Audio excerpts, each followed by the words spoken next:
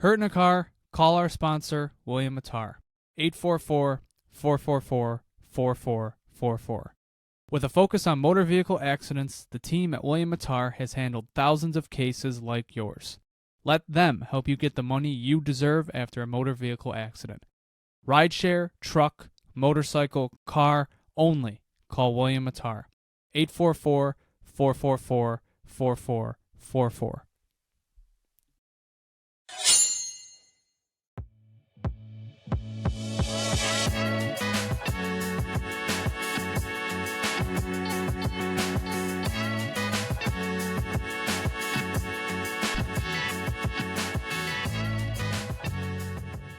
Welcome back to another episode of the Sabre Report podcast. My name is Jonah. And I'm JP. And it's over. Season's done. Yep. It was a quick season, but... It was quick, it was brief, but at the same time, it felt like a million years have passed. It was pretty miserable. We had a fun, last few weeks before the off-season started. Maybe a fun preseason. Had some hope, but I said the word again. God damn it. Starting off hot. We are starting off hot. Well, a lot of what-ifs, and the what-ifs did not happen. So, season's over. And I would argue a lot of them did. I would actually argue a lot of the what-ifs did happen. I guess some of them did. I was talking about the good what-ifs. You're talking about the bad what-ifs. No Christian today. We promised you all off-season that he was going to put in the work for 82 games, and he was going to put on a full, healthy campaign, and he couldn't do it. One episode in, he just could not seal the deal, so we're going to be having to make do with what we got for this episode. Yeah, he had a full, healthy off-season. He was feeling great, but... He had a great, lead up into October. He was sounding great in September. Yep. And, yeah, this is where we find ourselves. Shit happens. I mean... Yeah. We thought about maybe calling up some higher-end personalities like Jesse, but I think we're just going to stick with what we got. I don't think there's really need to change anything. Despite how integral and important Christian is to this podcast, I think we're going to be just okay. We're going to be fine. We're going to trudge along. No reason to change anything. Yeah, no, the answer's in the room. So... Yeah, we'll be good. I mean, we'll figure it out. It might take a few weeks, might take a few months, but there's no rush either. I mean, it's not like we're waiting for anything here. It's not like anything's kind of hanging over our heads. I think we'll manage. I think we'll be okay. Yeah, no, I mean, our jobs are pretty comfortable right now. No one's on the hot seat, so I mean, there's zero ramifications for anything. Who do we answer to? No one. There's no. We don't really hold ourselves accountable at all, so it doesn't matter. No, so. You just rest up, Christian. We miss you. Yep. Surprise, surprise. He's actually missing. He's Rockefeller. He's missing all these episodes. Past all the jokes now. Unbelievable. He's missing our first episode in the season. It was right after we wrapped up our season preview at Wingnuts, and we're packing up all the equipment. And he just goes, and we're just talking about when we're going to record next, which was, going to be today's Sunday. And he's just like, shit, I'm going to be out of town. And we're just like, well, we hopefully it's not anything like too insane. Hopefully it's just kind of a standard episode. If they go 1-1, it'll kind of be a good segue into the season. Hopefully, you'll be back Thursday and we'll be ready and raring to go as normal. Yeah, I mean, even if we went 0-2, the games went fine. We scored a few goals. No, big storylines happened. Yeah, I mean, it might have been fine. You're facing a New York Rangers team, has, maybe the best goalie in the world. The Bruins team is... They're the Bruins. They always figure out a way. Yeah, exactly. How bad could it have really gone? It's only 2 games. I mean, no. What big storylines can come out of that? It's only 2 games. There's no reason to panic. Zero reason to it's basically preseason. It doesn't matter. We don't need these games. The important games will be in 6 months' time. Not now. You don't miss the playoffs in October or November or December. Yeah, and even if you were to have a bad start and lose your first 2 games, I mean, your schedule isn't like getting any harder or anything. No, so you don't have to worry about that. You're not facing really. This league isn't that good compared to you. There's no reason, and it's not like you're facing the former cup champion in the next week. Another team that has been to cup finals in the previous few years. Like, it's not like you got a tough week. I mean, yeah, no, it's not. You're not like facing any of the best players on the planet in front of children tomorrow or anything. It's not like you're putting a goalie up against said players that has never played an NHL game or anything, and it's not like it's not like you have 2 AHL guys who like to fight a lot, getting 6 or 7 minutes a night in your lineup on a nightly basis, and it's not like you have a 20-year-old as your top line center already, and it's I can't keep doing this, man. I mean, I can't keep doing this. I can't keep doing this, dude. Like, we're 2 games in. 2 games in. 2 games, like saying, "Oh, it's Groundhog's Day again." Like, it's supposed to be like a funny thing, or it's supposed to be humorous, or you're supposed to almost like roll your eyes at it. But genuinely, like, it feels like I feel like I just like woke up. Like, I've just been like sleeping the last few months, and I just woke up back in like last December. Like, it just feels like I totally have just been on autopilot for the last however many months. And I'm looking at a team that's, coming off like a 13-game losing streak, and the season's done, and we're just trudging along, waiting for trade rumors, waiting for other shoes to drop as everybody else moves on completely fine with the rest of their season. And we're just in the dust, playing in a completely different league right now. It took 1 game.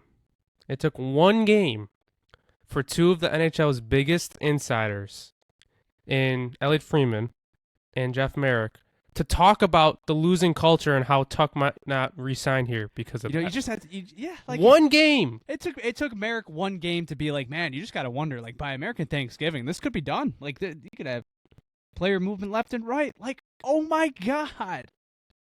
And it's not undeserved, because we know this. We know this. This is the second breaking point that, like, we're nearing with a core in the past 5 years. 5 years. And, like, if they had beaten the Bruins, like, I don't know, like 3 or 4-2, like, this would have been a completely different episode, because the home opener, you lose it 4-0, but it was a 1-0 game for 55 minutes. And I thought you started the game terrible. The last 10 or so minutes of the first period, you're okay, like, you're picking up the pace. I thought the second period, they were the better team. They weren't very threatening, but I thought they were controlling the pace of play, and I thought that carried into the third period until Carson Soucy scored with 5 minutes to go. And then, the wheels fell off, whatever. It was an ugly ending. I'm not going to say it was a good game from them, but I could look at that and be like, well, it's the Rangers. You're playing Shesterkin. It's the first game of the season. They had already played. They had gotten embarrassed sort of in their own building. Mike Sullivan was going to give them a kick in the ass. And whatever. You just kind of throw your hands up. It sucks. You get shut out on home ice in your first game of the season. It should not happen, but it did. And you hit 2 posts. You hit 2 posts. You had plenty of chances, genuinely. You had chances to score a goal at some point during that game. And it's like, whatever, like, JP and I talked about it after the game. Like, I can sleep fine. Like, whatever. It's a dejecting first game of the season, but who cares? Who cares? Go to Boston, take care of business, calm everybody's fears down, and be like, hey, this is still a good team. Even with the Josh Norris stuff happening, like, just calm down. This team should still have some fight in them. And then you proceed to genuinely maybe have the worst period, the worst start to a game in these 15 years. I don't think I've ever seen a start to the game as bad as that. Like, it's not like the shots were it's not like the Bruins I think had multiple power plays in the first period, but like they were just under siege and the shots being 16 or 17-1. Like, yeah, that tells the story. They weren't doing anything to start that game. And Lindy, your coach is saying it himself. Lindy Ruff said he's never seen compete that bad before. He's like, it's never been worse. I mean, how am I supposed to not be like that? How am I supposed to go in front of a microphone and just trudge along? It's business as usual. Like, I'm supposed to give them benefit of the doubt? I'm supposed to give them the benefit of the doubt? No. And no. You kind of glazed over the Josh Norris thing. I'm sure we'll talk about that ad nauseum, but like for me and I think a lot of other fans, we're pretty depressed with what happened, and the Sabres did not help at all. Like, it was okay, here's the second game this season. Maybe we could beat the Bruins who shouldn't be that good this year. I like literally all day Friday, I was just thinking about Josh Norris not being there and all this stuff, and I was still looking forward to watch the game Saturday. And then they get outshot 16-1 in the first period. It's like, throw us a bone. It's like at that moment, you just know what Josh Norris going down did to that locker room. You just know. The fan base felt it the night before. I'm not saying we helped because we'll get into the Norris conversation. Like, bringing the buyout conversation to the forefront, that is not just demoralizing for a fan base. It's demoralizing for the guys in the locker room because it's not just their off-season pitch to us, it's their off-season pitch to the players. When Alex Tuch's going into the last year of his deal, they're telling him, this Josh Norris guy, he's going to change things. He's going to be our first-line center. He's going to be on the first power play unit. He's going to kill penalties. He's going to be a defensive improvement down the middle. And that goes down after 2.5 periods. Like, yeah, the whole team is going to just take a huge hit in terms of overall morale. And you saw that. I almost feel bad for Lindy. Like, you can't coach like that. You can't prepare for your first line center going down. Like, it's utterly demoralizing for a team, any team, and then you add in the fact this is the Buffalo Sabres. You add in that fact, and not to mention Owen Power's dealing with sickness. Zach Benson gets hit with a puck in practice. He has to go to the friggin' hospital. And they're like, quote unquote, like maybe their biggest addition of the offseason, Michael Kesselring, is also down with an injury. And not just like a day to day, like week to week. We don't know when he's coming back. It could be this week. It could be the week after. It's everything all at once. And your starting goaltender. And your starting goaltender. Right? And even Jordan Greenway, who was a big piece of last season. Last season's deadline. Keeping him around. That was a big choice for the culture, for bringing this group of guys together and building a new culture. How many times was that hammered down at the end of last season? We're like, hey, this is what was it? Was it Darlene that said something like, "We're a team now"? Like he went in front of a microphone and did the old Pierre Dorian, "We're a team," and that was the pitch to everybody. We're better now. We get involved in fights. We're gonna fight now. And at the end of the season, we really, if you take out the 13-game losing streak, we're a winning team. We're a winning hockey team. It's going to be better Lindy Ruff's system just took a little bit longer to kick in.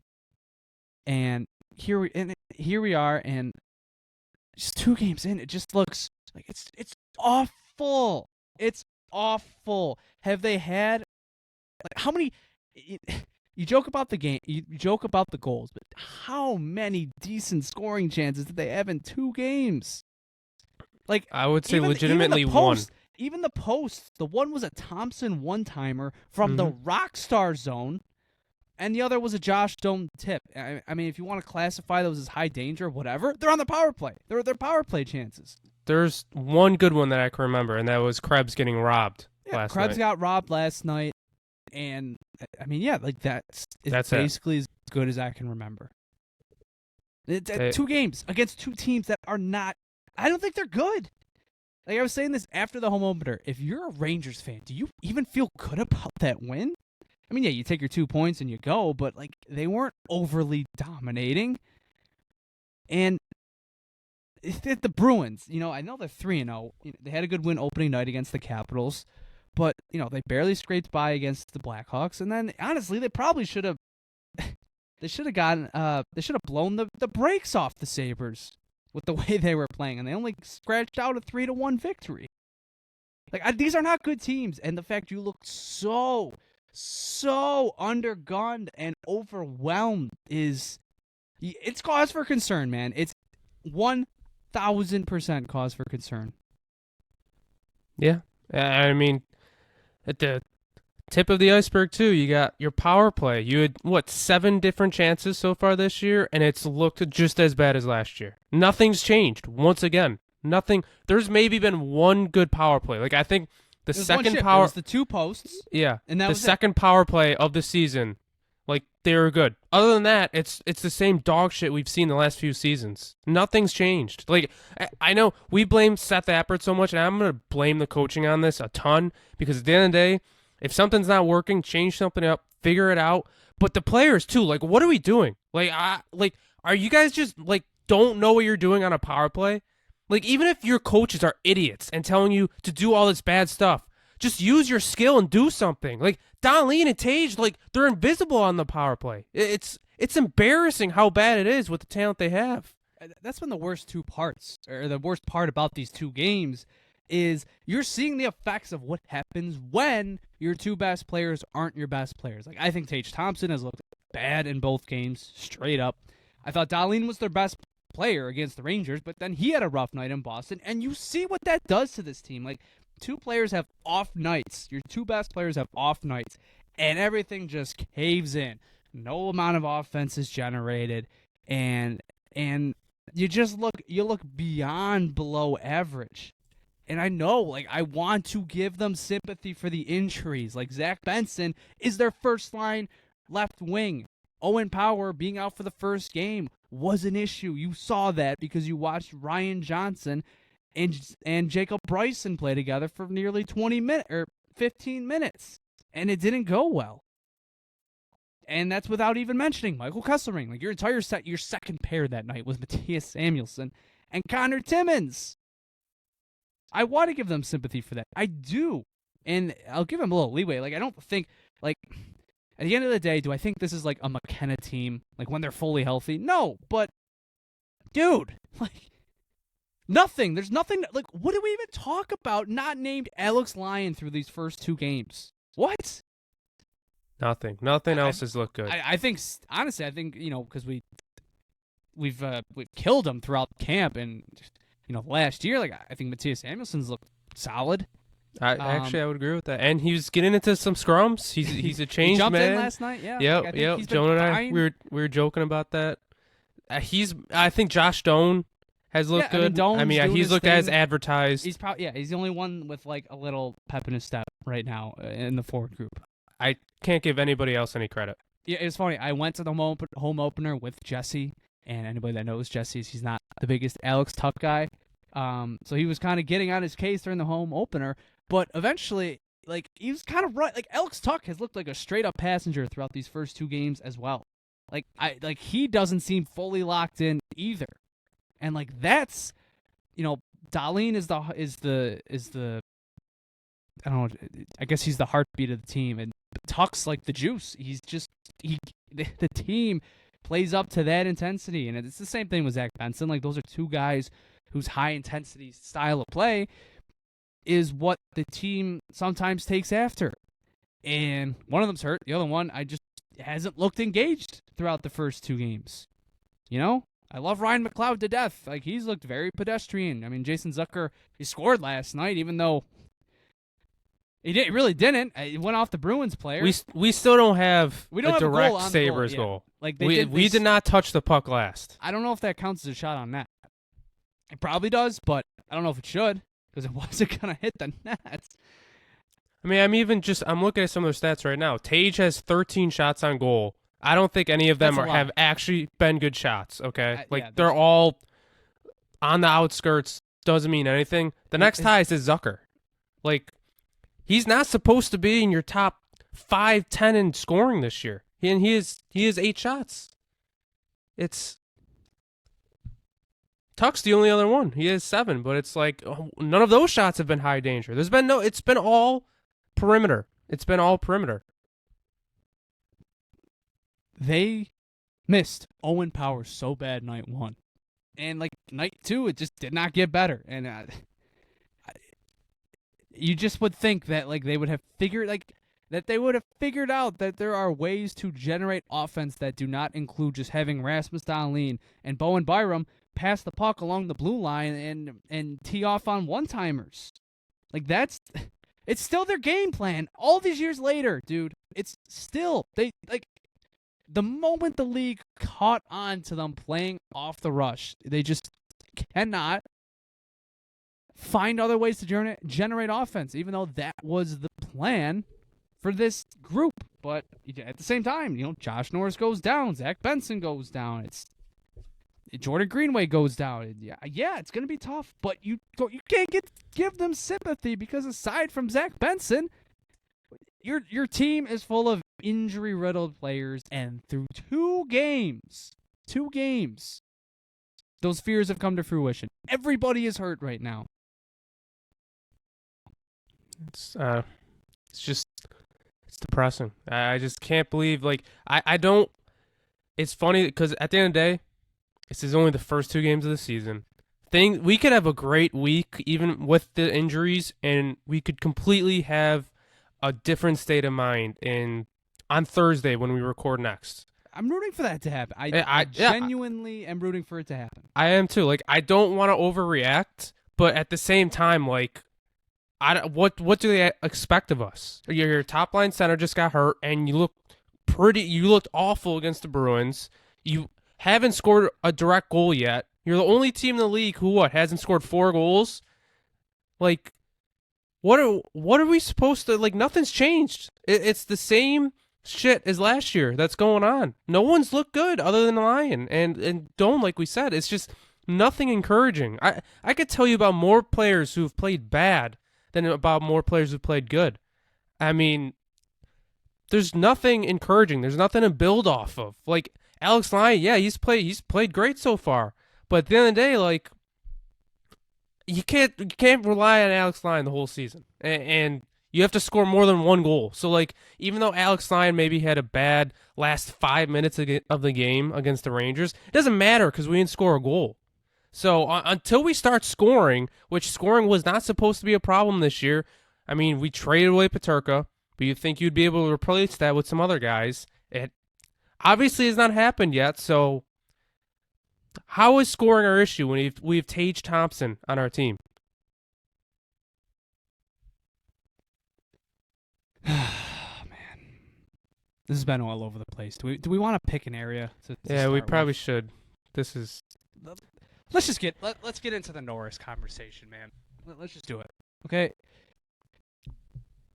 1 game, he did not even finish the game, and we have joked about it at points over the offseason that just his season ended on a face-off once, his nervous laughter, would ensue.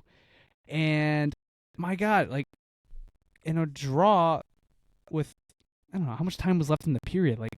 6 or 7. It was towards the end of the game. And I think I was texting somebody at the time. And so my head was in my phone, and because I think the draw was coming back from a commercial break, and I just hear this I just hear the crowd, the groan of the crowd, and I'm just like, what just happened? I look over to Jesse, and I'm like, what just happened? And he's like, Norris is hurt, and I look over to the ice, and he's crawling to the bench, and I'm just like, oh my God, this cannot be happening on a face-off. I know it wasn't the shoulder, but dude, I like face-offs. I get it. Like they're probably underrated in terms of the NHL and how like physically demanding it can be to be a good face-off guy. But I can't name another player off the top of my head that's gotten injured on a face-off, let alone twice. And he exits the game. He doesn't finish. Ruff goes to the podium and is like, yeah, well, he didn't finish the game, so that's probably not a good sign. He was right. It was not a good sign. And then he says the next day it looks like he's going to be out for a long, extended period. So, awesome. You're probably looking at what? 1-2 months, maybe 3. Like, Yeah, at the very least, a month or two. And I don't know what Josh Norris did to the hockey gods because it's incredible. Like I genuinely we're gonna talk down on him a lot because of his injury history, but I feel so bad for him. He's had so many injuries, but it's just so frustrating. I can't believe we can't even get through one game. He's played 4 games with us and he's left injured in 2 of them. It's unbelievable. It's unbelievable. It's unbelievable. It's kind of messed up that it's like, oh my god, like when the trade is made, okay, when the Cousins trade is made, I know, we make jokes that like the Sabres are not to be trusted. Their medical staff probably shouldn't be trusted. And after this, like absolutely not. I don't trust a word coming out of anything medically related to this team. Like they don't deserve benefit of the doubt anymore. But when this trade is made, you see the clip in the embedded where Kevin Adams is saying he's gotten full reassurance that this guy is fine and he is ready to go. And that's the day that the trade was made. 3 games later, he's out for the season with an injury that, okay, like they knew about it. They knew about this injury. And even then, you say to yourself, well, season's over.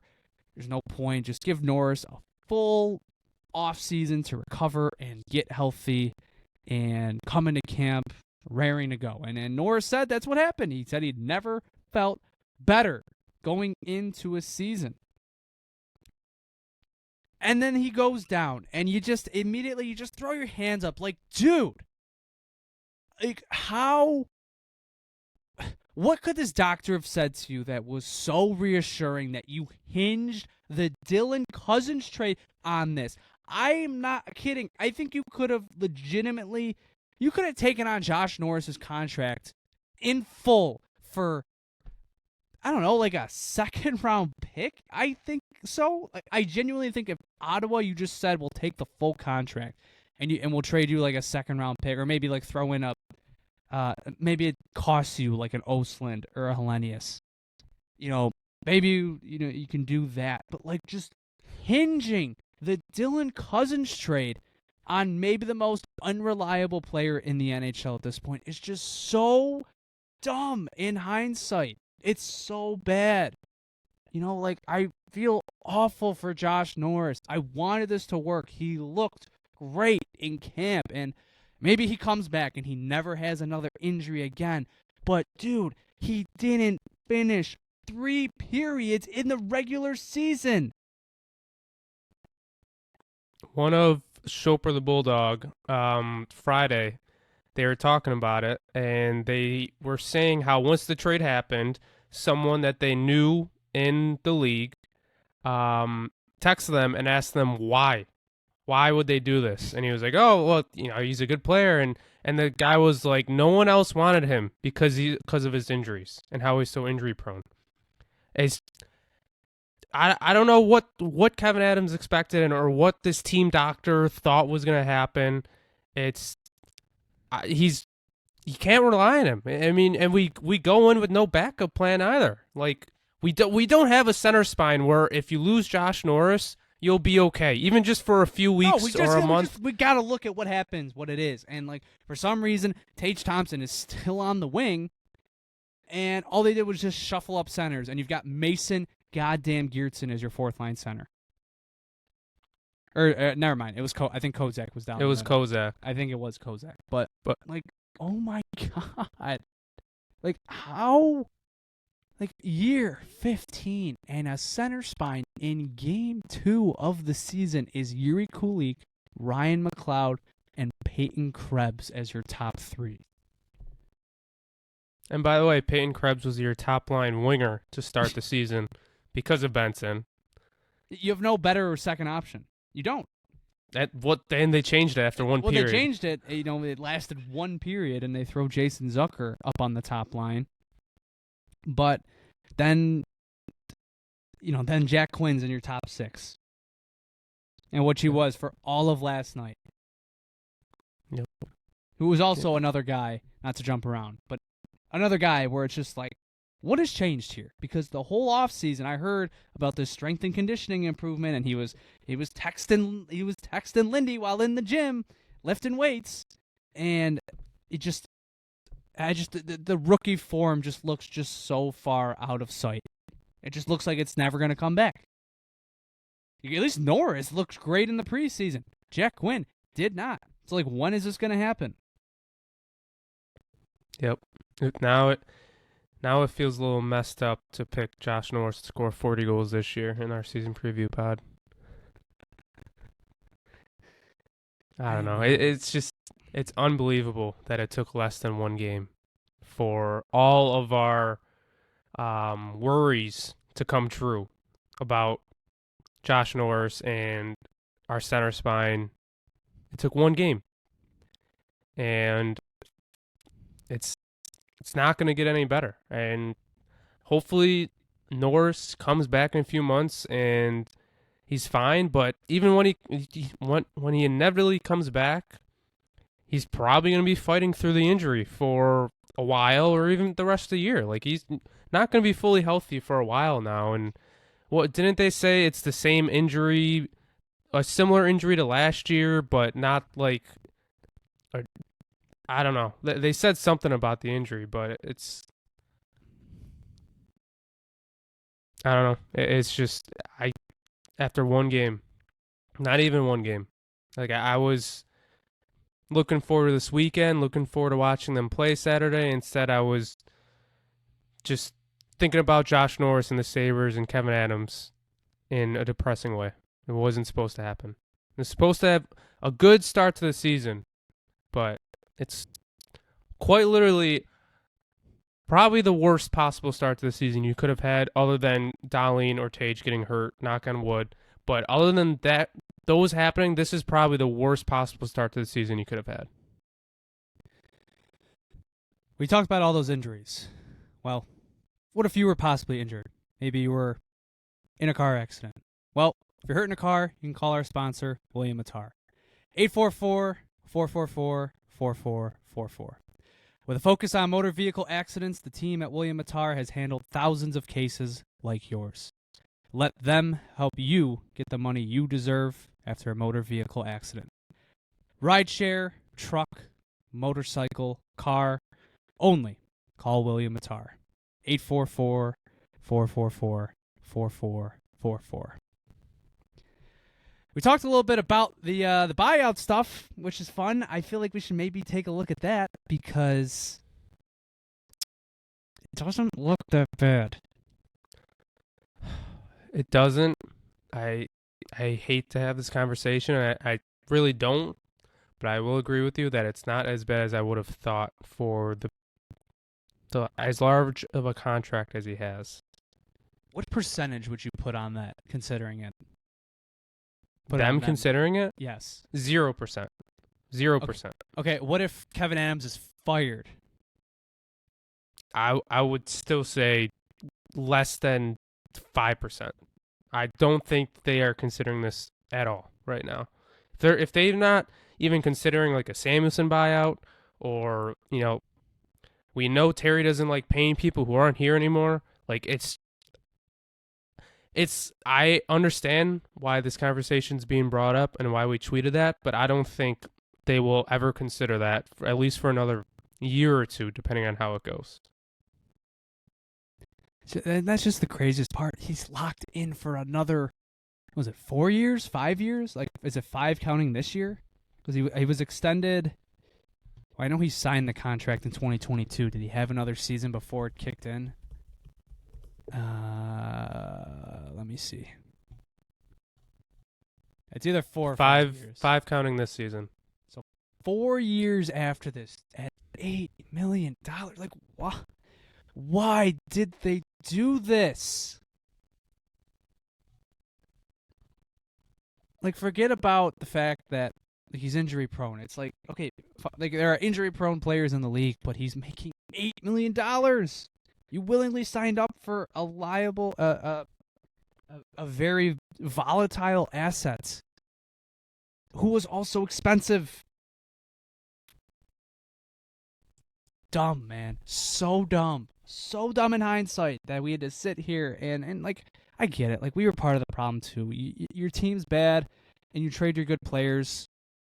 You want good players in return, right? And you want guys who are ready to go right away. You want guys that are good right now. And that's what everybody was saying. A large part of that was us. It was us saying that too. But in hindsight, it's just dumb that they turned their attention from going after just the best trade available, which would probably include a top prospect, to trying to immediately plug the hole that Dylan Cousins was leaving behind. Yeah. I mean, look, we know, like, this isn't, like, I guess the players involved is kind of hearsay, but listen, Elliot Friedman was going on Hockey Night in Canada saying the Sabres and Red Wings were close on a trade in November or December. Marco Kasper was coming back. If Dylan Cousins was traded, Marco Kasper, or I don't know, maybe Nate Danielson, like, you would have been getting one of their top prospects in return. It wouldn't have been like Andrew Kopp in a like first and second or whatever. Like, that's what they were after. And at some point, that deal, we know why that deal came off the table. The Red Wings fired Derek Lalonde last year. They hired Todd McClellan, and they didn't look back. And Kasper was a big part of their success. Oh well, you missed out on him. But the philosophy changed. How do you go from an entry-level top prospect to going after an $8 million second-line center? Like, how was that? It's just dumb. It was a dumb philosophical change in how they approached the Cousins trade, and it's burning them. It's burned them. You can't even say it might burn them. It has burned them. Josh Norris is not available to them because of injury. I was just going to say, if we brought that up, that it makes the other rumors that happened, including Marco Kasper, I think there were some other rumors out there on what Cousins could have been involved in. It just makes all of those look so much better than what we actually decided to do. Look, even if we like the deal, like Josh Stone has been good. Michael Kesselring is, I think, going to be good, but like, they did it again there. They pigeonholed themselves into getting a right shot defenseman with JJ Peterka instead of going and getting the best deal available. I mean, we heard about the Rossi thing, and it would have been Rossi plus, and even with, I guess the Bowen Byram stuff isn't completely their fault, but like, Zach Bolduc is kicking ass with the Montreal Canadiens through a few games here, and like I said, I know the Byram stuff, it sounds like that was mostly agent-related, when discussing a new deal with teams, but like, it just feels like ever since, I don't know, the Jack Eichel trade, like, after that moment where they just went after the best deal available, they've just been trying to do this with this specific player. And it's just has not worked. Their goal with the Dylan Cousins trade was to get Dylan Cousins, but maybe better. And their goal with the Peterka trade was to get a right shot defenseman who could play in their top four. Okay, mission accomplished, but that you can't promise me that those were the best deals available or the best deals possible. And I don't want to, now that we're into the season, I don't want to talk about the offseason so much. But who thought that was going to be enough? Making one trade. Like, a few players go down and you're just screwed. Like, this is why I was saying it wasn't enough. Making one trade. I just can't believe they didn't do more. I can't believe they just went into the season making one trade before the free agency even opened, and that was all we did. Like, so many, I know a lot of the models were predicting us to have a good season, not counting in all of these injuries. But if you just talk to a lot of other people, a lot of neutral people, like neutral fans, like when Jonah went on the Panthers podcast, they're all thinking like, oh yeah, they're still not good. Like they didn't really do anything. Like, yeah, they got Josh Stone and Michael Kessering, but it's not like they didn't upgrade the team significantly. Like, it's just more internal growth. I just don't understand how they went into this offseason and that this was their plan and they thought this was going to work. And it just, I hopefully they turn it around, but after 2 games, it looks like complete shit. Like, it's just unbelievable, this team, how they thought going into the season with some of these players on a roster is going to work. I mean, Mason Gearston being on this roster is a joke, and I will blame all the blame on that on Lindy Ruff. That is Lindy's guy. He was this guy with the Devils like 4 years ago. It is a joke. The guy can't skate. He hasn't even got into a fight. Other players are laughing at him because he's not doing any good. Him being on this roster and Josh freaking Doan being called up when Josh Norris went up down. Josh Dunn. Sorry, when Josh Dunn is the guy they called up when Josh Norris gets hurt is an utter disgrace. I can't believe that was the response to their top line center getting hurt. They added a guy who's just going to be the 13th forwarder and didn't even suit up last night. I don't want to bash Geertsen too much because it's not like this is not on him. He's playing for an NHL job. Same thing with Dunn, and like they didn't choose to be the sort of like they didn't choose for this situation. For them to be the first 2 call-ups when injury happens. But listen, by the time you're listening to this episode, I mean, look, they got a weird midday game tomorrow. So maybe you're listening to this episode before or you're listening to it after. I don't know. But at the moment we're recording this, nobody has been called up. You are heading into Game 3 against the Colorado Avalanche with your top center out long-term and other pieces and your hurt top winger still not back. Your top so winger. 2 of your top line players. I don't think Benson's gonna play. He hasn't skated. He got discharged from the hospital. Friday maybe. I don't think he didn't travel to Boston. Maybe he skated here, but I mean I hope he plays. But if he doesn't, like he's out again. And I'll still throw Greenway in there. So yeah, 3 of your top 12 forwards, 3 of your top 12 forwards going into the season are not healthy and not playing right now. And they haven't called up like any promising prospects. They only called up Josh Dunn and then moved Peyton Krebs up the lineup, and Justin Danforth was playing on the 3rd line last night. Like I'm sorry, dude. I know. I guess I'm kind of becoming the guy that pumps the tires of Isaac Rosen. But like, dude, what are you doing here? Why? Like, I get it. Amerks. I love the Amerks. I want them to do well, and he's a big part of that team's success and maybe Calder outlook this year. But I'm like, the Sabres come first, dude. They do. If you're Kevin Adams, the Buffalo Sabres come first. And the fact that this guy continues to score in the AHL and has not gotten a look. I mean, if I told you, I don't know, just a month ago, hey, Benson's going to be out, Greenway's going to be out, Josh Norris is going to be out, and Isaac Rosen still can't even get a friggin' call-up, I would say, oh, he's not even in the organization anymore, is he? It's ridiculous. And that doesn't, like, he's not even the guy I want to get called up the most. I would much rather have Osland or Hellenius at this point. But Rosen's like, dude, like, he's kind of here. Like, he's at the point. Like, what is he doing in the AHL when you have all these injuries? He is. It makes zero sense. Through 2 games, Rosen has 2 goals and 1 assist, so he has 3 points. He's 2 power play goals, by the way. So your power play's dog shit right now. If you want a little help, you could bring Rosen up. And then Noah Ostlund has 3 assists in 3 games.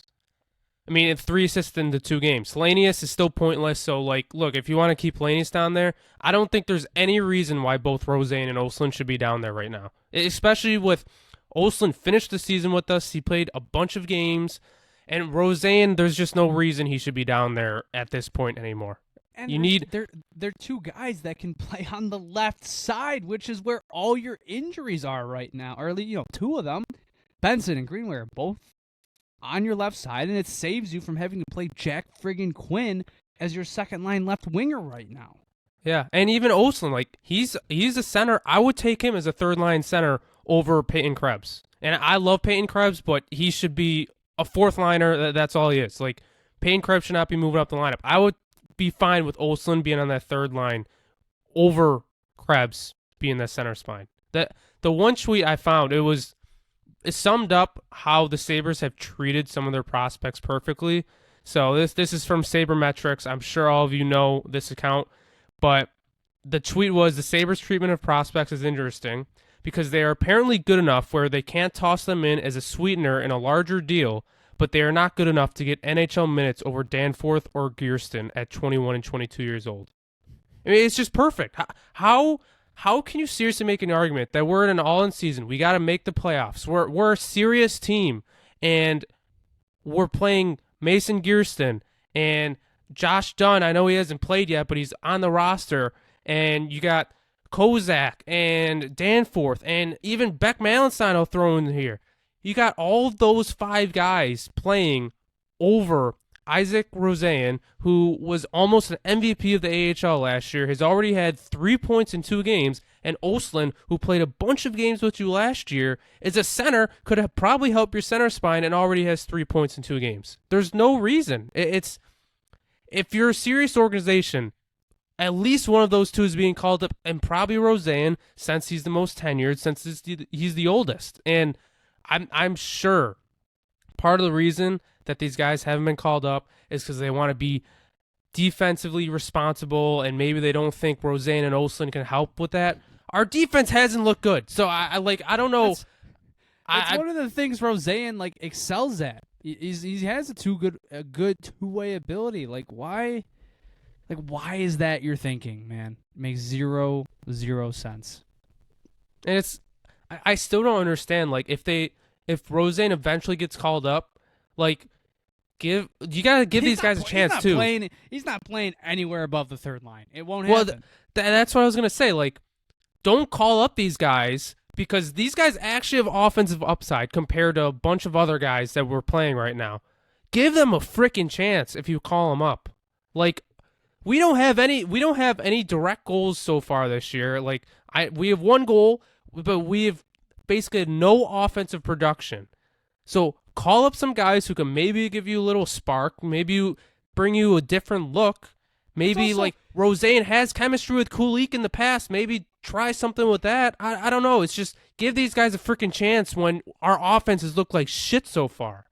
It also makes things easier, less tense, I think. If this team is still losing games, but you're seeing the top prospects actually being brought up and given a chance, it smoothens everything a little bit, and from a PR standpoint. And that's not what I want, but it makes sense for them to do it too. I would much rather see what Noah Ostlund, what Isaac Roseanne, and what Consta Helenius could hypothetically do. I would rather see what Anton friggin' Wahlberg maybe at this point. I would rather see what he could do on the second line rather than Jack Quinn right now. I mean, and not to pick on anybody in particular, but it's dude, I've seen this story. It's the same. He's the same player. He's the same player, and I think you can shelter him and then see. I don't know. Maybe it is a slow start. I don't know, but you cannot be a serious hockey team and have the top 6 currently constructed as is. How is Josh Norris down and Tage Thompson is still on the wing? How? What is it? What is it about Thompson playing center that they just refuse to go back to? I know he likes playing on the wing, but dude, your first line center went down. Too bad. Too bad. We need you. Get over. Shift left. Get into the middle of the ice. It's just, and honestly, I think it's worse for him because, I mean, the whole reason that Tage excelled playing center is that he was playing in the center of the ice, which meant more high danger chances in that area. And on the wing, like, it just plays into the perimeter aspect of the team, in my opinion. So I just don't like. How is that your first move? You choose to keep Thompson on the wing, put a 21-year-old as your center, rather than just move the guy who became a superstar playing that position back to the position and then going from there. It makes zero sense. Zero sense, man. Nothing makes sense right now. Nothing. I don't get it. We haven't even touched the freaking power play. Which I could go on, you know me, I could go on forever about that. It's just the same, man. It's just the same. Everything, like, every season does feel different. Genuinely. But this feels like a continuation of last season. 1,000%. And in every aspect. Yep. I think we should get into the power play because I know you have many words to say about that, but the only thing that I've seen that has changed at all is that Rasmus Dahlin sometimes does not drop the puck back like he did every single time last year. So sometimes he carries the puck in on his own and helps set it up. Other than that, nothing's changed. It doesn't look good. The same shit that was happening last year on how they couldn't break in and keep it. It's the same stuff. I mean, you score one power play goal with just one in both of these two games, and you probably win one of the games. Genuinely. You might get points out of both games. Yeah, like, genuinely, you score one power play goal. You had 7 chances. You probably win or at least have 1 point. But no, it looks awful. I just don't understand how they've gone multiple years now and nothing's changed. It's the same stuff. They're stationary. They stand still. They just pass it back and forth from Dahlin to Tage. There's no creativity. It's pitiful. It's unbelievable that this going into year 15 of our drought, and our power play still looks complete and utter dog shit. I just, if you're Jason Zucker and you're Alex Tuck, I'm just asking myself, why am I even out here? What am I doing out here? What is the point? What is the point? The one shift in the first game of the season, against the Bruins, I don't even think they got set up once. And it just did not generate nearly anything. In the Rangers game, they got set up a few times, but no good looks. The one shift was good, but it was literally the only dangerous play of that entire shift was the Thompson one-timer. And that's nothing new. It's nothing groundbreaking. And I know don't hit the post, but it was just a tip. It was just a tip shot. That's all it was. Just nothing new. No, I don't know how, you put yourself in Seth Appert's shoes. I just don't, he has a front row seat on a near nightly basis watching the best players in the world play in front of him.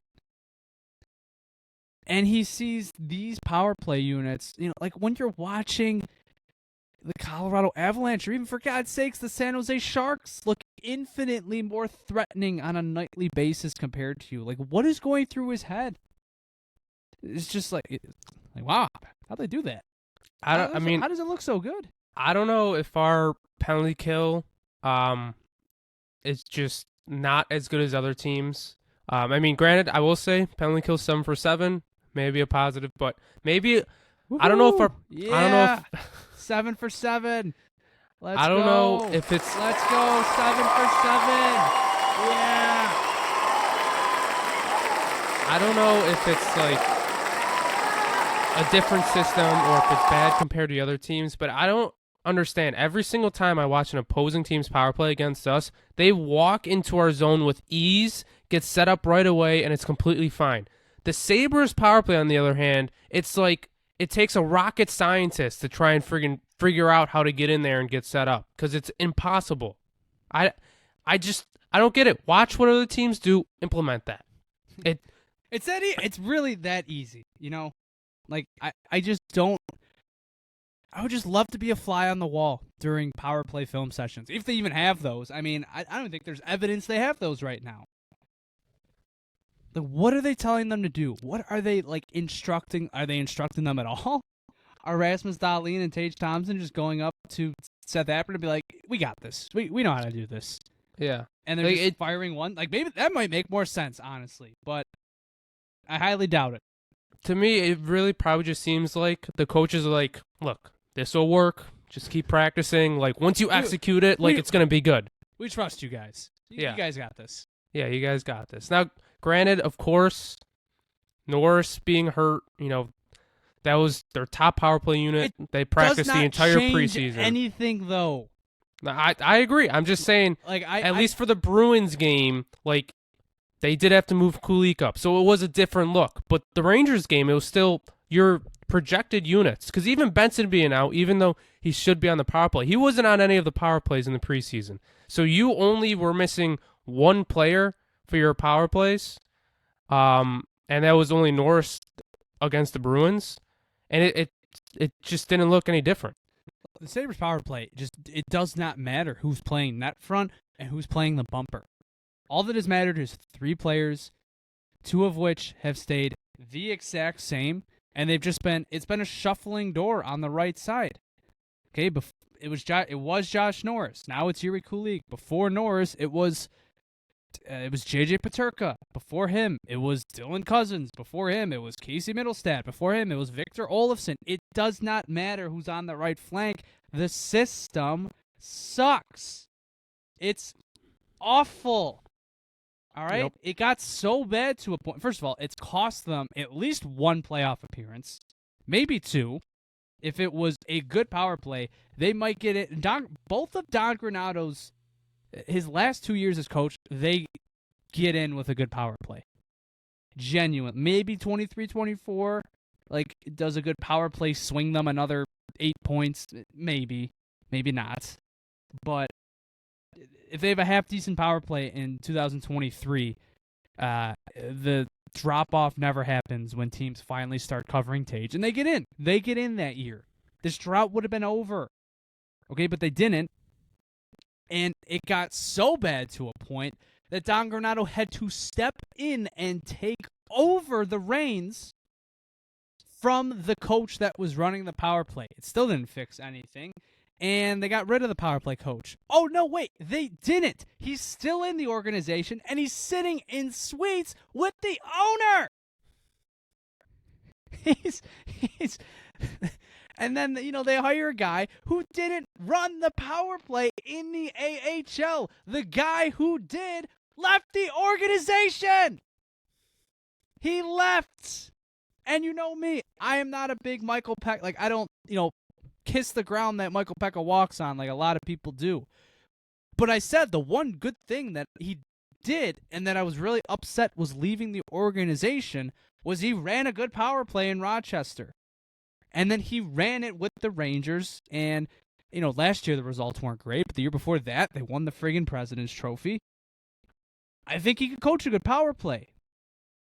And here we are, nothing's changed. The power play stinks. The system stinks. I'm sorry. How many teams would kill to have the weapons on the power play that the Sabres do? How many? You have one of the best power play quarterbacks in the league. I don't think Rasmus Dahlin is some, world-shattering power play quarterback. But he's one of the best defensemen in the league. And any team would kill to have that. Tage Thompson on another team might be like the most valuable asset on the power play in the league. You have that, and you just do nothing with it. Zero. they cannot move the puck. They can barely get set up. When they do get set up, they just don't know what to do. It's amazing for a unit that has had so much familiarity over the past however many seasons. There's nothing familiar about it. There's no, like, how many times have I mentioned no set plays? Like, there is nothing. Literally zero. All right, I played a very, very low level of hockey compared to the guys we're watching on a nightly basis. Okay? But my God, my friggin' club hockey team would have set plays every now and then. If a lot of times, like, I would be on the right flank, and some teams would, they would kind of shadow me, like Tage Thompson does now. So I would tell our buddy Ben, who was playing net front, like, hey, if they're shadowing me, I'm just gonna drive the net, and once I give it to you, and you can look for that play. Like, just something as simple as that. Like, this team does what? Like, does the Sabres have a set play? Genuinely. Like, and if it is, what is it? Yeah, the set plays to give Tage Thompson a one-timer. Pretty much. Yep. Same old reliable, even though it just has not been. Hasn't been so. It's nothing. Even Don Granato, like, when Tage Thompson started to get covered, every now and then, like, Dahlin and Thompson would switch so that Thompson could, like, wind up for a one-timer, more so towards the top of the circles rather than in his normal spot. That's it. Like, there's nothing here. There's absolutely nothing. The players don't move. They don't. We emphasize having motion on the power play, but it doesn't need to be like Nathan McKinnon where you're just circling around. It's just like, hey, switch positions every now and then. I mean, the other night against the Rangers, you can look at it. Mika Zibanejad is their left flank guy, but at some point he'll shift over to the bumper, and they'll have Panarin look for a one-timer there. Like, it's little stuff like that. It's the little things, and the power play just does not do the little things. And I don't know what the answer is, but, like, just change something, man. Anything. Once again, I don't know if this is our penalty kill philosophy, if it's just how it happens, but our penalty kill, you watch it, like, the guys on the umbrella for the other team can move the puck. Right now, they can move the puck around with ease. Like, they could go left flank to defenseman or right flank with ease. They're just passing around trying to find an opening. Against the Sabres, all you have to do is go into a diamond, put one guy on Dahlin, one on Tage, and one on whoever's on that right flank, and we look lost. We look lost because we don't use the other two guys. All you have to do is change the formation of your penalty kill to a diamond, and we can't do shit. That's basically what happens now. Basically, if you pressure our guys at all, we're not doing anything. It's such an easy, for opposing teams' penalty kill, they got to feel relieved once they get a penalty sometimes. Because it's like, okay, yeah, we know what we're going to do. Just pressure them. Make sure, we're pressuring them at the blue line. We're not giving them an easy in because they don't know how to break in. It's got to be, like, relieving. It's got to be like, if you're a special teams coach going up against the Sabres, you're doing your scouting, like, oh, great, this, we don't have to go over too much. Just make this little change and you're good.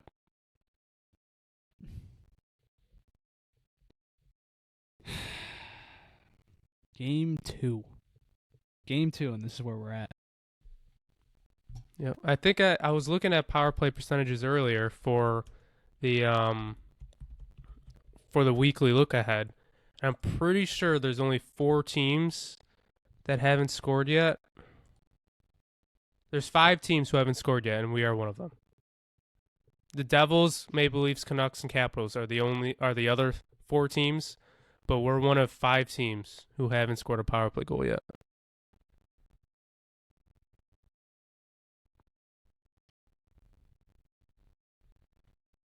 It's times like these, like when your top players aren't playing good, that can just decide a game. So like the Rangers game, they had 2 key power plays. The one was, they had a terrible first shift in the first. Then in the second period, they had that good shift. Like halfway through, they hit a couple posts. But then they had one late in the second. Like, I think they got it with about 2 minutes to go. And that could have swung the momentum. You tie that game going into the third period, it's all in your favor. They don't score then, and then they get another one with 10 minutes to go. And the fourth one was the worst. Like, they did nothing with it. Absolutely nothing. And that was the game. They did not get a better look than that. The Rangers went on to score that goal with 5 minutes left, and that was the game. And then last night, you have multiple opportunities. It's a 1-0 game it was like halfway through. And Connor Timmins gets his ass in the way of a puck and deflects it into the net. And I think they still had a power play or two after then, and it can get you back into a game, It's just such, it's never been more important for a power play to be good, and it's not even that it's bad, it's just, it looks the same. Maybe worse, I don't know. It just looks the same. Everything looks the same. Everything looks the same. So frustrating. Yep. Once again, it's only been 2 games, so this could quickly change, but my God, these have been probably the worst. This has probably been the worst 2 games to start in this drought history. And I believe, if I look at my weekly preview from last week, this is now the last 4 of 6 seasons the Sabres have lost their first 2 games to start the year. 4 of 6 seasons. You can't, it's tough to be in a playoff race. When you start off the season bad, you're already starting behind everybody else. You're putting yourself in such a bad spot to start. And we mentioned it earlier, and I'll talk about it in a little bit, but we're facing Colorado, Ottawa, and Florida this week. It's not unrealistic at all that we could go 0-5. And then it's Montreal, Detroit, and Toronto twice. Our schedule, it's not like it eases up. It gets harder. And if the Sabres this year have one of their big losing streaks, it could be right now. Yeah, we could start the season with it. It could be starting with a bang, and we could be in the midst of it right now. Like, how bad do you think it would have to get for something to actually change? Like, what actually changed, though? Somebody's fired. It's probably Kevin. Like, Kevin's probably next up. I don't it would have to get so unbearably bad, because that's what it always takes. But it's like you said earlier. I mean, you have Friedman and Merrick already questioning the long-term effects or just outlook of the core already. Jeff Merrick has already accepted that Alex Tuch is going to be playing next to Connor McDavid by the end of the season. That's where we're at. Yep. There's obviously been rumors of Tuch conversations, even going into a week or 2 ago. I think there was rumors. I guarantee you conversations have stopped right now. There's no reason. Do you see why coming into why I said it was such a failure? And I understand why you didn't care all that much, because we do even now I kind of think it'll be done, but after 2 games that, his confidence has definitely shaken a little bit, and it just going into the season trying to fuck around with the dollar amounts. Just make the decision or don't. Just stop trying to do play both, or stop trying to get a good deal here. All right, you can't. You're not gonna be able to. I mean, look, Tuch's not exactly upping his value, but dude, what do you think? If Alex Tuch has had a conversation with his agent over the last few days, what do you think he's saying? What do you think his agent is telling him? His agent is telling him to not sign anything. He's saying, we'll make a decision at the trade deadline. It will basically be like the Jordan Greenway and Jason Zucker of last year. It was, we'll make our decision now. If you think the Sabres will be better next year and they'll be better for years to come, then we'll stay. But if not, then we're asking for a trade. Like, I think we talked about that coming into the season, even though I wasn't worried about the contract extension. If stuff isn't going well by the trade deadline, like, he's getting traded. So, like, that's basically what I think is going to like, I hope it gets done. I hope, maybe we win 2 games this week. Maybe we just even go 500 for the next few weeks until we get fully healthy, and like maybe the deal will get done. But if we go on this big losing streak, if we have a bad start, like, the talk conversations will stop until the trade deadline. I think the one advantage the Sabres might have is I don't know if there's going to be teams lining up to give him 7 years at $10 or so million, or if he hits the open market, it'll be 6 years that teams can give him. But if his agent is asking around and like he thinks Tuch can get that from another team, then he's not going to tell him to sign in Buffalo. Like, or if he thinks that like a team will pay more than what the Sabres are willing to give, yeah, he's going to tell him like, hey, the team stinks now. There might stink in the future. I mean, like, is probably asking around to see like, hey, what does Tage Thompson's agent think about this, or what's he thinking himself about this? And it's just, it was so dumb. You did nothing this offseason, and that included no extensions. Like, why? How do we walk into opening nights and nothing, like no long-term, nothing with long-term intentions, like no long-term decisions were made here. Like, I'm sorry, like Zach Benson not getting signed is just ridiculous. I'll tell you why. Especially if you weren't going to sign Alex Tuch. And not signing Alex Tuch, like, after July 1st, like, you had however many months to get a deal knocked down. And was it LeBron today? Or somebody said it's still a ways off as of right now. That it's probably going to take a bit. The reason why is because everybody in this organization is on the last deal of their contract. Exactly. Like, I didn't mean to cut you off, but like the coach, lame duck, no extension. The GM, no extension. Every single assistant coach, like the assistant coach, it's no everybody. Extension. I'm Carmanos, I think, is on his last year. Like, I think the only guy who probably has a little term is Kekalainen. Yeah, Kekalainen. He's Who probably has the 1 year only after one. this, right? Wasn't it like wasn't it a 2-year deal from last year? I don't know, but like, because and it's at the same time like if Alex look, listen, I know they're 0-2, and I know we are overreacting at the end of the day. I was after the home opener, like I was preparing myself to come on here and say what I always say year after year. Give me till American Thanksgiving to truly judge what the team is. However, there are more, like, this isn't last year where like your team was healthy at game 1. And yeah, like, okay, Peterka got, concussed in game 1, and Benson was like day to day with stuff. But like the fabric of your team last year was together. And like that team needed time to gel. Like your team is shot to hell right now. I mean, even Norris by himself, your first line center going down, is cause for concern. But Jordan Greenway, who you're probably only going to get 50 to 60, probably like 40 to 50 games out of a season, is already hurt. Luukkonen has an injury that he came into camp with an injury that they didn't know the timeable about, and then he acquired a new one that we don't know the timeable for.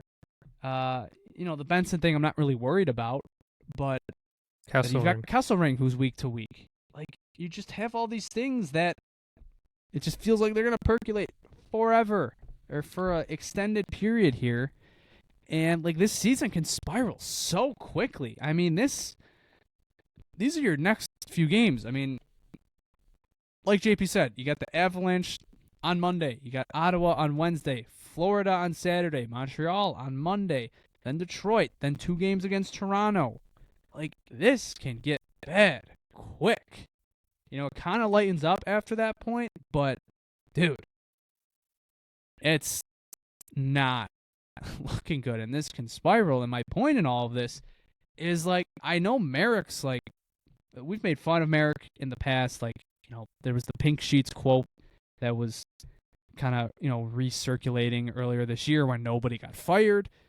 But, like, I don't think that phrasing is entirely wrong, where, like, you're wondering, look, if this team is maybe one of the front runners for McKenna in 2 months' time, or is, like, sitting in third, fourth, or fifth last place in the league, yeah, man, they're going to be dominating the trade conversation. And we're at the point where, like, we've talked about it. Like, dude, I don't know about Rasmus Dahlin, but I'm fairly confident that, like, this would be the last straw for Tage Thompson. To, like, he's given the team, basically, 21, 22, 23. Like, this would be, like, year 5 of him giving them great superstar caliber hockey and just having nothing to show for it. And we would not be surprised if this is the year that triggers that trade request. And then you've got the Alex Tuch thing on top of that. And to tie it all back to the management conversation, look, maybe the Alex Tuch thing is, maybe it is done at the deadline, and if no managerial changes are done, then he is going to be in charge of it. But, like, the Tage Thompson trade, I don't want Kevyn Adams anywhere fucking near that. All right? I don't want him anywhere near a Tage Thompson trade, and I would rather not have him near an Alex Tuch trade. He should not have been given the ability to do that J.J. Peterka trade. He probably shouldn't have been able to do the Dylan Cousins trade. So, if we get to that point, like, it better be, like, done. Like, he better be, like, if American Thanksgiving we're having Tage Thompson trade rumors start to pop up, and if the Alex Tuch conversation becomes legitimate, like, if it becomes like, hey, he's topping trade boards, teams are interested, the extension isn't looking likely, Adams is done. Like, he has to go, not only because of the team's performance, but because I do not want him making these decisions. I don't want him navigating another rebuild. And this is a much trickier rebuild than he walked into, because last time, all right, it was pure picks and prospects. And, we've seen that, like, you can't really do that in today's NHL. Like, you've got to be more creative. You need to target, young NHL talent in a way that just isn't, magic beans, that you don't know what they're going to be in the future. And like I said, do not want Kevyn Adams handling that. So if we get to that point, if this spirals, if we're recording next Sunday and the team's 0-5 or, like, 0-4-1, like, I know, again, it'll only be 5 games, but, dude, like, this team does not have normal, they are not going to be granted a normal timeline. I think, oh, man. I think now that we're done with it, it's like 2 games. We are definitely overreacting. You can call this the overreaction pod, but I think all of the concerns are completely valid. And I really think that if Josh Norris didn't get hurt and he was just healthy these 2 games, even as bad as they went, if the outcomes of the games didn't change, we could still complain about the power play. We would not be this worried or upset, because Josh Norris would still be healthy. But him getting hurt just sends everything else into a spiral. When it was said to our faces that he was fine, that he was healthy, and it not even happening a game in, that's what makes it so much worse. That's what makes it an absolute, I don't know, it's kind of a con. Like, you marketed your whole season based around, like, this player, like, this was the guy, probably the number 1 guy that was going to be different about this season, aside from the Peterka trade pieces. And it didn't even get past game 1, and it happened in a way so similar to something that happened in the past. Just an absolute, it's just a con job. It's just an embarrassment, and it's basically lying. They basically lied to the fan base. Yep. Hey, after this week, you said it'll only be 5 games. That's 6% of the season done. 6% of the season done, and things could be looking even more bleak. So They just got to do something. Like at the very least, there's no reason why Roseanne or Oslin should not be called up. There's no reason with having 3 injuries in this forward group, and we have 1 goal to our name. There's no reason someone shouldn't be called up because our offense has looked putrid. We went ad nauseum about the power play. We mentioned how our offense has all been perimeter, but our offense has looked awful. It's been all perimeter stuff. We need to change something right now with our offense. Call someone up. Give us a little jolt. Give the guys in the locker room a little jolt. Be like, yeah, we're not going to call up Josh Dunn, a 4th liner. We're going to call up one of our top prospects, and maybe he can really help us out here. Yeah. I hope a jolt does not come in the form of like a panic trade. That is another thing I do not want Kevin Adams really in charge of. I do not want him to start trading these prospects or like another godforsaken 2nd-round pick to go and get like Brian Rust or someone. Like I just don't trust them with them not having. I mean, Kevin Adams has almost never had leverage in his entire tenure as a GM, and it only continues to sink, and it's probably never been lower, and he will get fleeced. Yep. So, and the Amherst, they're in Utica and Syracuse this weekend, so they're not going too far. Not a far drive. They are around here if they want to make any changes. All right. Anything else to touch on? If as long as we're still talking about the team, you gotta give at least some props to Alex Line. He is Line's he's genuinely been very good. He maybe had the last bad 5 minutes against for opening night, but I mean he still had a good night. I don't expect much from him. I don't think he was insane in either of these 2 games. He was just really good, really reliable. Gave him a chance to win. Obviously they didn't, but his goals saved above expected. He's like at -0.2, so he's basically an even. Like that's all you can ask. Like and one of those goals went off the ass of his own teammate. So yeah, yep. How much can you really blame him? Yeah, so he's been good. Can't complain about the goaltending. It's been everything else. And even if Alex Line wasn't playing good, we've scored 1 goal. So it doesn't matter how your goaltender plays if you can't score in front of him. Okay. Should we do the weekly preview? Well, don't you got one other thing that's on your list before we get to that? Well, yeah. It's the biggest sham in American history. The goal song results have come out, and Kickstart My Heart is still the goal song. That news was before the home opener. I have to say, like the home opener, we got 2 big pieces of news. One of which was the song that was going to be returning. The other news was that Benson and Owen Power were not playing that night. And I'm telling you, I think the goal song one was more dejecting. I'm not even going to lie. The vibes were off from that point. And, I have to give the players credit. They're also protesting in solidarity with us. They refuse to hear that song play as well. So, props to the players. They're protesting alongside the fans. You really just that's why you love sports. It's things like that, standing with the fan base when things don't go their way. So, yeah, awful song choice. Awful. I know Christian, if he was here, he is a Kickstart guy. He doesn't hate it as much as other people do. I don't know. I just don't believe it had the most votes. I just don't think there's any way. Yeah, I really don't have that much of an opinion like on any of the songs they gave us. Like I honestly don't think any of them were really that good. But the fact that once they tweeted it, about 95% of the comments under it were saying this is rigged, like this is unbelievable, like this was not a real voting, like it's pretty funny. If going into the drought, if we don't make the playoffs this year, them rigging a goal song will be added to the drought iceberg. So probably there's probably your first one of this season. Oh my god. Yeah, that's probably number 1. I feel like Norris is probably one. Benson going to the hospital. I guess Benson hospitalized would be one. And we're a week in. There's already been 3. There's already been 3, man. Yep. Oh, my God. Yep.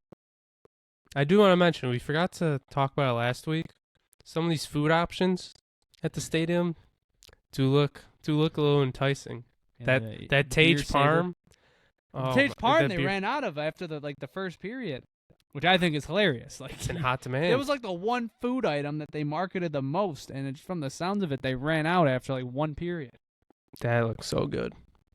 Yeah. I will say the team hasn't gotten much better the past few years, but the concessions have gotten a lot better. Yeah. I know they brought back your favorite pizza too. Buffalo chicken pizza, which now they're calling it the Buffalo chicken finger pizza.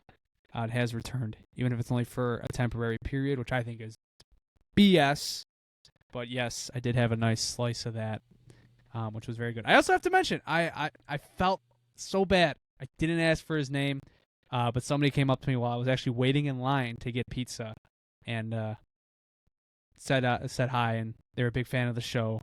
And I was actually still taken aback by that because it's never happened to me in like public, and I felt bad. I wish I would have asked for his name, but appreciate you listening, and was very grateful that you came and said hi. If anybody ever recognizes me, or any of one us, of not just me, obviously, I mean JP's like, he was the first one to meet a fan. Yeah, I was gonna say I met a fan, not even in Buffalo. Jonah's met a fan. No one said anything to Christian though. Like I don't know. Well, I don't know if it means something, but I have to tell the other part of this story. And for the fan listening, if you're listening to this and you were the one that said hi, then I. So Jesse has been on this show, for a decent period now. He hasn't been as frequent only recently. A few episodes. Yeah. He's a part-time co-host. Took over while you were gone last year, and he was standing right behind me when it happened, and he saw it happen. He's like, "Wait, I'm on the show too. Why didn't he say hi to me?" And he wouldn't let it go. So funny. But hey, he still doesn't know where his microphone is, so he has nobody but himself to blame. You can't blame the fam. This is on Jesse. Yeah, no. And our fan base would never. It would have made it hilarious though if Jesse was recognized before Christian. So Christian is still yet to be recognized in public. Yeah, funny stuff. That's the reason we keep doing it on nights like tonight. Yep. How are the vibes at the home opener? I mean, other than losing, pretty terrible. Actually. It was sold out, right? Yeah, it was sold out. It wasn't like a big buzz in the arena. Yeah. No, it was tough. Everybody probably read the injury news, and it was a boring game overall. Terrible vibes. Brutal. 0 out of 10 home opener. Sounds about right. Yep. All right. JP, I believe it is time for the weekly preview. What do the Sabres got this week? So, the Sabres have 3 games this week. They play the Avalanche, the Senators, and the Panthers. We're recording on Sunday, so tomorrow, or when you are listening to this, or the game might already be finished by the time you're listening to this, but the Sabres play the Avalanche at home tomorrow. This is a 12:30 game. Obviously it's a holiday with Columbus Day, so I'm sure it should be a little more busy. There'll probably be a lot of kids there with I believe it is a Kids Day game, so yeah, with all the schools being out. So yeah, definitely not a good sign. This will be on MSG as well. I think the anticipated goaltender matchup will actually be Colton Ellis versus Trent Miner. Oh my God, they're throwing Ellis out there against McKinnon and McCarr. Yep. Oh God. Yeah, I mean, that should be fun. I'm assuming genuinely, I probably would wait till Wednesday, but then again, it's like Lions on 2 days rest. Then I don't know, man. Yeah, Maybe they wait till Saturday because it's a Florida team that isn't under. I don't know, but then they just blew up the Senators, who they play Wednesday. I don't know. I don't know what they do with Ellis here. Yeah, I think at the very least he's getting a game this week, and I think it's tomorrow, just since it's a little bit shorter of rest for Lyon. They were just in Boston, so they were traveling, so that's why I think it'll be Ellis tomorrow. But at some point this week, I think we'll see Colton Ellis for the first time. And I'm also saying Trent Miner for the Avalanche, as Mackenzie Blackwood is actually hurt. He hasn't been on the IR, but he hasn't played any games. They don't know if he's even going to travel on this short 2-game road trip they have. So their starter isn't even playing right now. Scott Wedgwood has started the season and has actually been pretty good so far. But he's already played 3 games. And once again, they also had a game Saturday. So they're also traveling to Buffalo. So that's why I think it's going to be their third goalie, Trent Miner.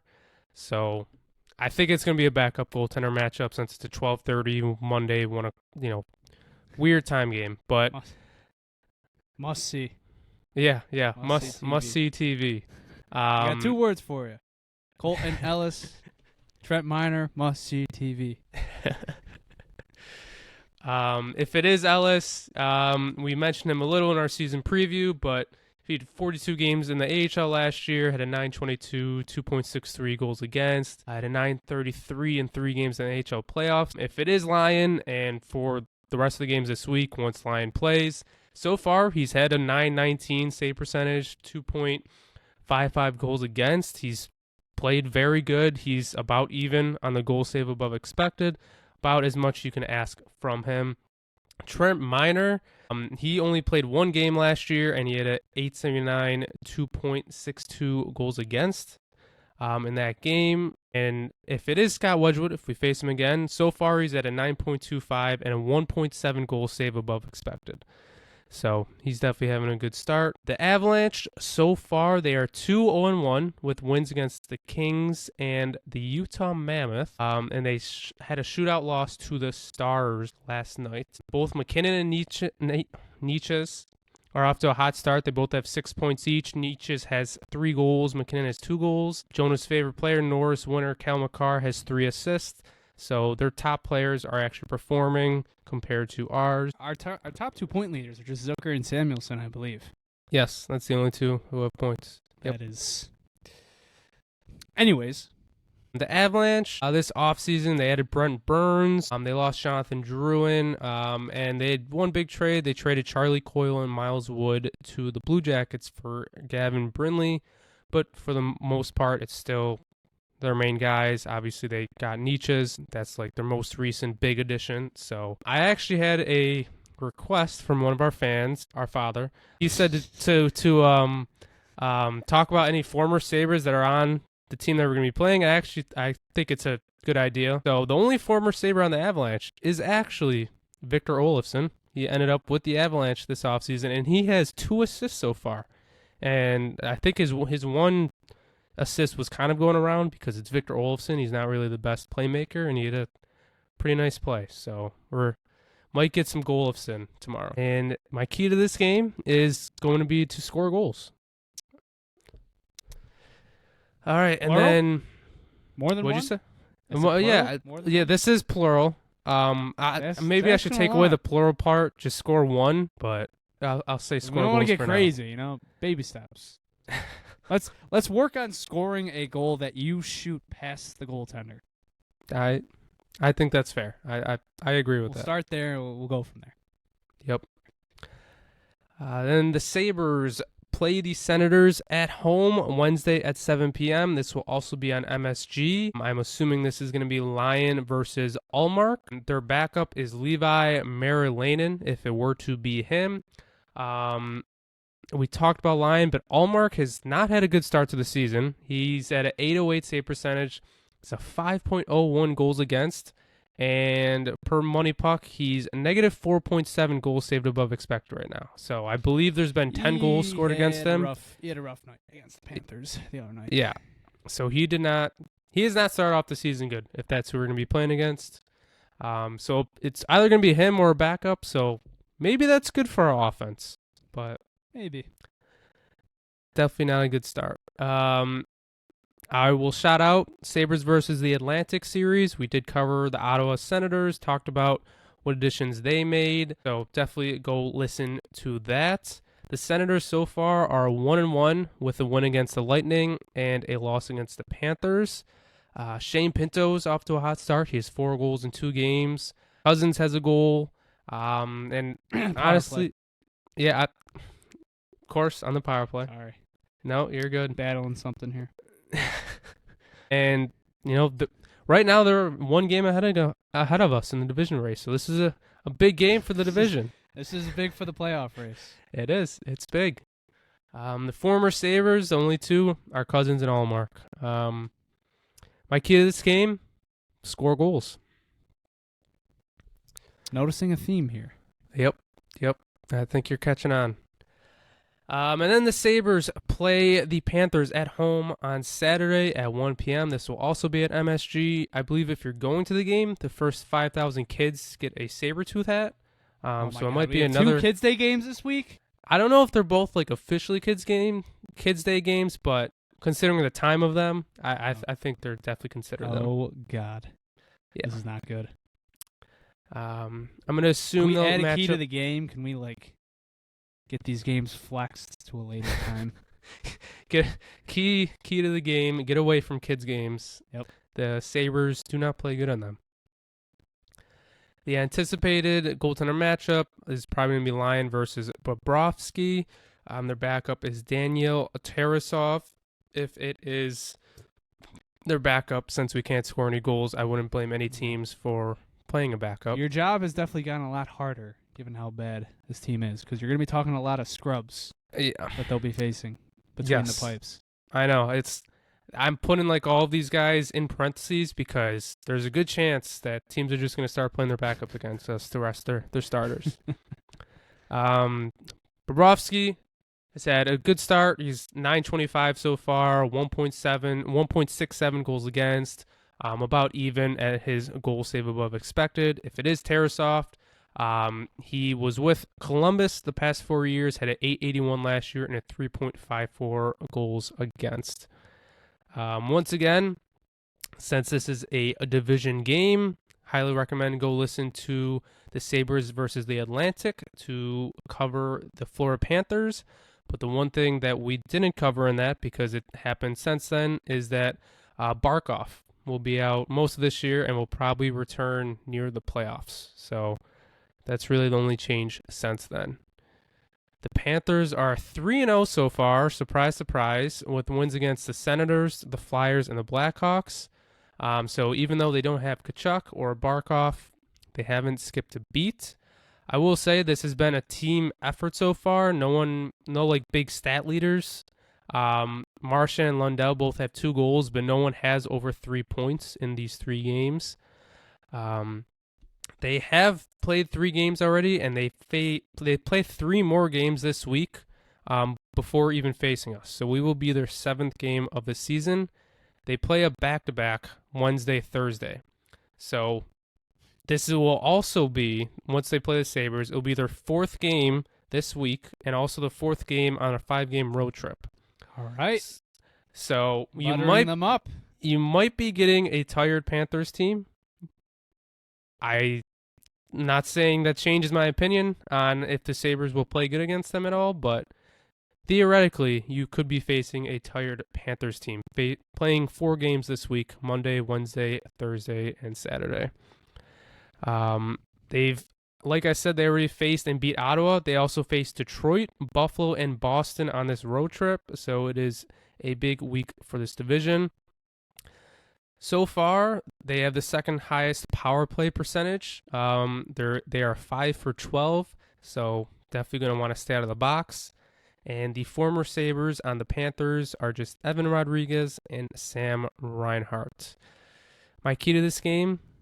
Don't forget about Kulikov, even though he is hurt. Oh, yeah. Yeah. And Kulikov. The key to this game, score goals. And my weekly storyline is to win a game and score more than 1 goal. All right. So I like it. You got to shoot for the, shoot for the stars, even if you miss. Shoot for the stars. It makes me think of... Was that shoot for the...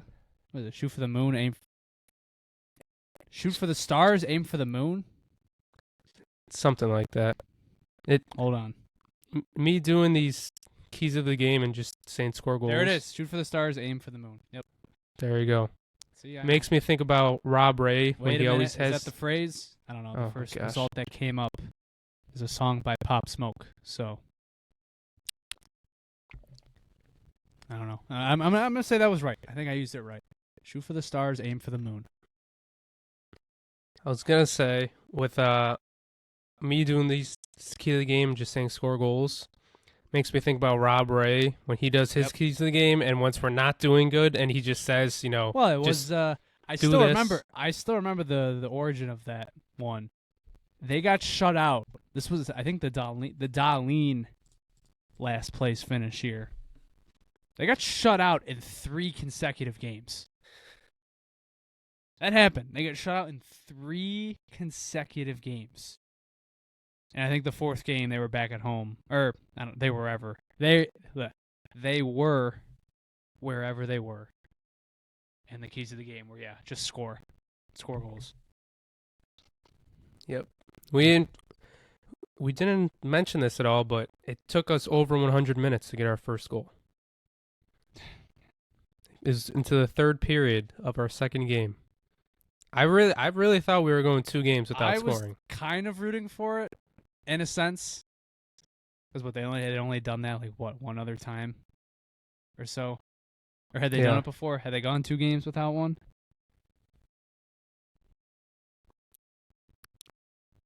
Hold on, let me find it. I know the stat was floating around during the Bruins game. I think like starting off a season, you're saying? Yeah. So this was after the second For only the 2nd time in franchise history, the Sabres have started the first 5 periods of the season without a goal. The only other time was 03-04, and they did get shut out in both those games. So, but hey, that's only 2 seasons removed from one of the greatest years in franchise history. So maybe we're knocking on the door. Maybe it's like that. You know the meme where the guy's mining and he quits when the diamonds are right on the other side. Yep. Yeah, you get it. You know the meme. Yeah. That could be us. That could be us. Could be. That might, that image might have made it in Kevin Adams' presentation at the end of last season. Oh He's my like, God. Terry, just imagining that. Terry, I know you've probably been in and out of consciousness listening to me talk. I'm going to summarize it in one image. And it's just the guy with the pickaxe. It's like, that's you. That's you right now. Give me another chance. I won't let you down. Keep digging. Oh, my goodness. This has been the overreaction podcast. It's been 2 games. We're overreacting, but the concerns are valid, and this week could be bad. Christian texts us 5 minutes after the game ended on Saturday, and he's like, I think recording twice a week might be tough this season, boys. Yeah. It took 2 games. Took all of 72 hours. Yep. That's what happened last year. None of us responded either. We just we just sulked. We just soaked we just that one. silently acknowledged that he might be right. He knew we saw it. Last year we had plans to do 2 episodes a week. Obviously it didn't go well. This year we still we got a few months in. This year, oh man. Yeah. We still got plans to do it, but yeah. By God, if they start off really bad, it's going to be really tough to talk about them twice a week. All right. I think we've gone on long enough for now. Looking ahead, like we said, 3 games this week. We'll be back to talk to you guys most likely on Thursday. And then back again on Sunday. So that's, I think, the days we'll be aiming for, Thursdays and Sundays. Obviously, we'll let you know if anything changes. It's not exactly the start we wanted, but gotta play the cards that you were dealt. So That'll do it for now. Thank you guys very much for listening. If you want to Hold follow up. us on... Hold up. Well, I know last episode you wanted to shout out an interview that you did, and we didn't get to talk about it at all. That's true. Good point. So good stepping in. Yeah. I figure if you're still listening an hour 45 in, this has been a very long episode. You could at least do that. Sickos, I love every one of you. Yep. The Amherst kicked off their season on Friday. Big win in their home opener, then lost to the Marlies on Saturday. If you missed it, we did an interview with Andrew Mossbrooks, who is the Amherst away play-by-play commentator and home color analyst. And we had a great conversation about a variety of topics heading into this season, many of which are relevant to the organization now. So if you have the chance, go give that a listen. Very, very good back and forth about the Amherst coming into this season. They're still very hopeful about their season, so good for them. Good for them. Oh, wait. Oh, no. I said it. You did I it. said it. See, here's the thing, though. I thought about acquiring another sound effect, so I want your thoughts on this one. Hope is a shitty strategy. I like that. I kind of like it too. I don't know. We'll see. Let's see if anybody picked up on that one. But yeah, that is straight from the. What was it? Straight from the. Me and my phrases. What is it? Straight from the lion's den or whatever, or straight from the mouth of the. I don't know. Not good with phrases. Shakespeare, I am not, despite how much I talk on this show. All right. That'll do it for this one. If you want to follow us on Twitter, be sure to follow us at the Sabre Report. Also on Instagram, TikTok, and YouTube at the Sabre Report. If you listen to this on YouTube, thank you very much for listening. Be sure to like, share, and subscribe. Tell us what you thought down in the comments below. I'm sure there are a lot of thoughts about this team right now, so we'd love to hear them, and we always read the comments. I was thinking of proposing a new segment. I think a YouTube comment, honestly, you could still leave comments on Spotify or even on social platforms. I think doing a comment of the week would be pretty fun. And the reason I say that is because we get a lot of funny ones, which if you go into last episode and you head into the comments section, we got a very funny one. Somebody commented that JP, quote, eats like a squirrel when referencing his wing eating method at Wingnuts last week. So shout out to that commenter. That was very funny. I think you cooked. I think you're spot on. There was a lot of meat left on those bones. So anything you want to say? It was funny. I wasn't anticipating people actually watching me eat as we're recording the podcast. So yeah, it was funny. I think what makes that comment even worse for thinking about how I eat is that someone else liked that comment. So there's at least two people who think that I eat like a squirrel. So yeah, but I actually do like that idea. Once a week, find the funniest YouTube comment because there are always some great ones. Yes, there are. So yeah, thanks whoever that person was. Have you thought about that every meal since then? You've just been in the honestly, back of your mind? honestly, with Jonah knowing me and Christian could attest to this too. That comment is not out of the realm of possibility. People make fun of how I eat all the time, and I'm a very picky eater, so it doesn't affect me. It's just the fact that now everybody knows that this comment happened, so now everybody knows that I eat I am a picky eater, and I eat like a squirrel. So now you're brushing it off. Brushing it off means they're just gonna come after you even harder now. They're just gonna be even more brutal. Now everybody knows, but trust me, Christian has made fun of how I eat and what I eat plenty of times before. So summary, yeah, he's asking, is that all you got? Yeah. No, the summary is no. You're right. If you want updates for the podcast, follow us at Sabre Report Pod on Twitter. Go give our friends over at the Buffalo Sports Talk podcast a listen. Obviously, their episode dropped earlier this week about the Bills' loss to the Patriots. Obviously, the Bills kick things off tomorrow for us, or tonight if you're listening to this on Sunday, against the Atlanta, or if you're listening to this on Monday, against the Atlanta Falcons, and they'll have their game recap and preview for. Actually, it is the bye week, is it not? After this week, are they in bye? I believe so. So yeah, they'll have their recap at some point this week and things to talk about heading into the Bills bye week. So, hey, shout out! I just seen this. Casey Middlestad expecting a child. awesome. So Yeah. good for him. Middlestat mode. He was little mode. Yeah, Middlestat mode. Little mode. Did not notice him much. He went Middlestat mode when we on faced his. All right. All right. That did not need it. But yeah, okay. Alrighty. Good for Casey. All right. With that, we'll see you guys next time. Take care, and as always, go Sabres. Go Sabres.